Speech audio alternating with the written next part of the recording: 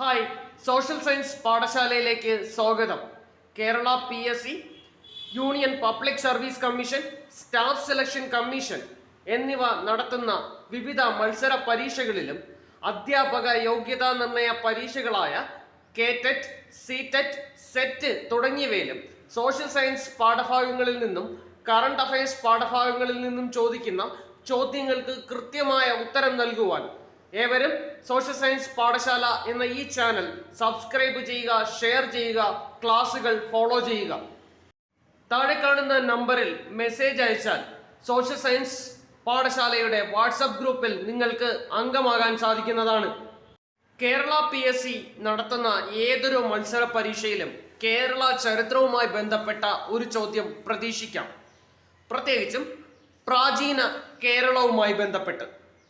അതുകൊണ്ട് തന്നെ ഇന്നത്തെ ക്ലാസ്സിൽ പ്രാചീന കേരളത്തെക്കുറിച്ചുള്ള ഏതാനും ഇമ്പോർട്ടൻ്റ് വസ്തുതകളാണ് നമ്മൾ ഉൾപ്പെടുത്തിയിരിക്കുന്നത്.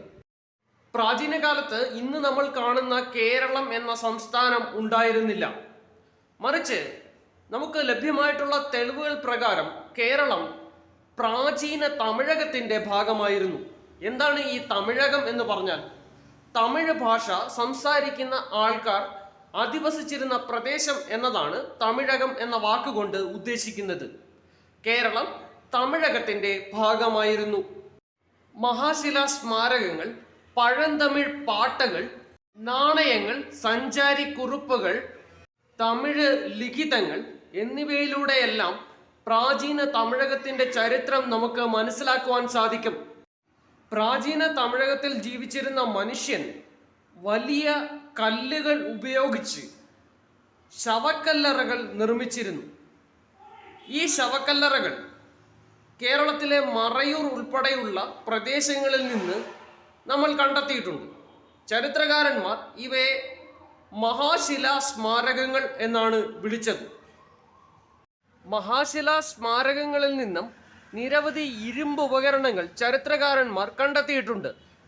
അതുകൊണ്ട് തന്നെ മഹാശിലാ സ്മാരക കാലഘട്ടത്തെ അതായത് മെഗാലിത്തിക് കാലഘട്ടത്തെ കേരളത്തിലെ ഇരുമ്പ് യുഗ കാലഘട്ടമായും ചരിത്രകാരന്മാർ മനസ്സിലാക്കുന്നുണ്ട്.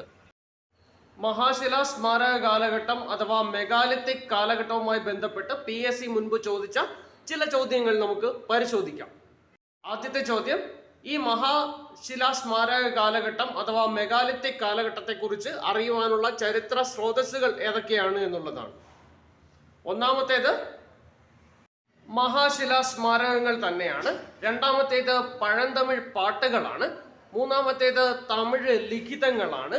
നാലാമത്തേത് ഈ യാത്രയൊക്കെ ചെയ്ത സഞ്ചാരികളുടെ വിവരണങ്ങളാണ്. ഇവയെ കൂടാതെ അക്കാലത്ത് പ്രചാരത്തിലുണ്ടായിരുന്ന നാണയങ്ങളിൽ നിന്നും മഹാശിലാ സ്മാരക കാലഘട്ടത്തെക്കുറിച്ചുള്ള വിവരങ്ങൾ നമുക്ക് ലഭിക്കും. അടുത്ത ചോദ്യം, കേരളത്തിൽ മഹാശിലാ സ്മാരകങ്ങൾ കണ്ടെത്തിയിട്ടുള്ളത് എവിടെ നിന്നൊക്കെ എന്നാണ്.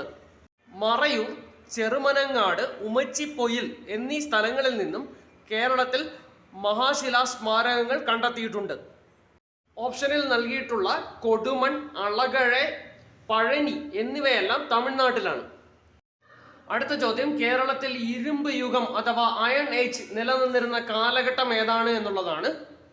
മനുഷ്യൻ ഇരുമ്പ് ആയുധമാക്കി ഉപയോഗിച്ചിരുന്ന കാലഘട്ടമാണ് ഇരുമ്പ് യുഗം അഥവാ അയൺ ഏജ്. പല പ്രദേശങ്ങളിലും ഇരുമ്പ് യുഗത്തിന്റെ കാലഘട്ടം വളരെ വ്യത്യസ്തമാണ്. യൂറോപ്പിൽ BCE 1000-നും BCE 500-നും ഇടയിലുള്ള കാലഘട്ടമായിരുന്നു ഇരുമ്പ് യുഗം. ഇന്ത്യയിൽ ഇത് BCE 1200-നും BCE 600-നും ഇടയിലുള്ള കാലഘട്ടമാണ്. എന്നാൽ ദക്ഷിണേന്ത്യയിൽ ഇത് BCE 1000-നും CE 300-നും ഇടയിലുള്ള കാലഘട്ടമാണ്. അടുത്തത് വളരെ പ്രധാനപ്പെട്ട ഒരു ചോദ്യമാണ്. കേരളത്തിലെ മെഗാലിത്തിക് സൈറ്റുകളിൽ അധികവും കാണപ്പെടുന്നത് ഏത് പ്രദേശത്ത് നിന്നാണ്? ഉത്തരം, അത് പശ്ചിമഘട്ട പ്രദേശത്ത് നിന്നാണ്.